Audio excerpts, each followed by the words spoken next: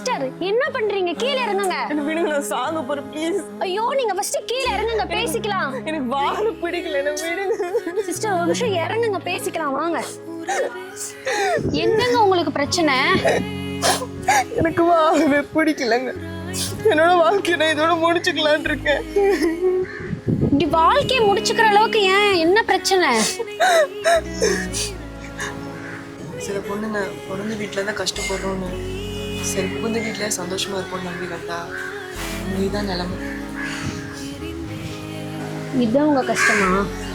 நீங்க சொன்னீங்கல்ல பிறந்த வீட்டில் கஷ்டப்பட்டு புகுந்த வீட்டில் சந்தோஷமா இருக்கணும் அப்படின்னு நினைச்சேங்க. அதுல நானும் ஒருத்திதாங்க. பிறந்த வீட்டில் கஷ்டப்பட்டு புகுந்த வீட்டில் ரொம்ப சந்தோஷமா இருந்தேன். ஆனா அது அந்த கடவுளுக்கே பிடிக்கல. இப்போ இருக்க எனக்கு ஒரே சந்தோஷம் இந்த குழந்தை மட்டும்தாங்க. எல்லா பொண்ணுங்களுக்கும் வாழ்க்கை ஒரே மாதிரி அமைஞ்சிடாது. எல்லாருக்கும் ஒரு கஷ்டம் இருக்கதான்னு சொல்லுவேன். ஆமாங்க, எல்லா பசங்களை பொறுத்த வரையும் மனைவி அமைவதெல்லாம் ஒரு வரம் சொல்லுவாங்க. ஆனால் நம்மளெல்லாம் பொறுத்தவரையும் கணவன் அமைவதெல்லாம் ஒரு வரம் இல்லை.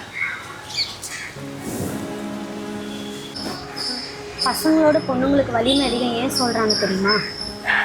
ஒரு பொண்ணு பிறந்து வளர்ந்து அது வயசுக்கு வந்து மாதம் அந்த வலியை அனுபவித்து அவள் பெரியவளாகி ஒரு இடத்துக்கு படிக்க போனால் அவளை அங்கே 4 பேர் தப்பாக பேசுகிறதும் தப்பாக பார்க்குறதும் சரி இதெல்லாம் தாண்டி தன் குடும்பத்துக்காக ஒரு இடத்துக்கு வேலைக்கு போனால் பாடி ஷேவிங் பண்ணி அந்த பொண்ணு மனசே உடைச்சிட்றாங்க.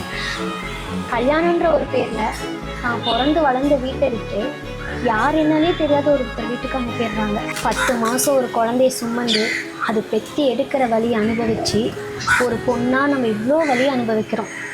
சாதாரணம் இந்த ஒரு வலிக்காக இந்த வாழ்க்கையை முடிச்சுட்டு போகிறீங்க. ஒரு டைம் இந்த வாழ்க்கையை வாழ்ந்து பாருங்க.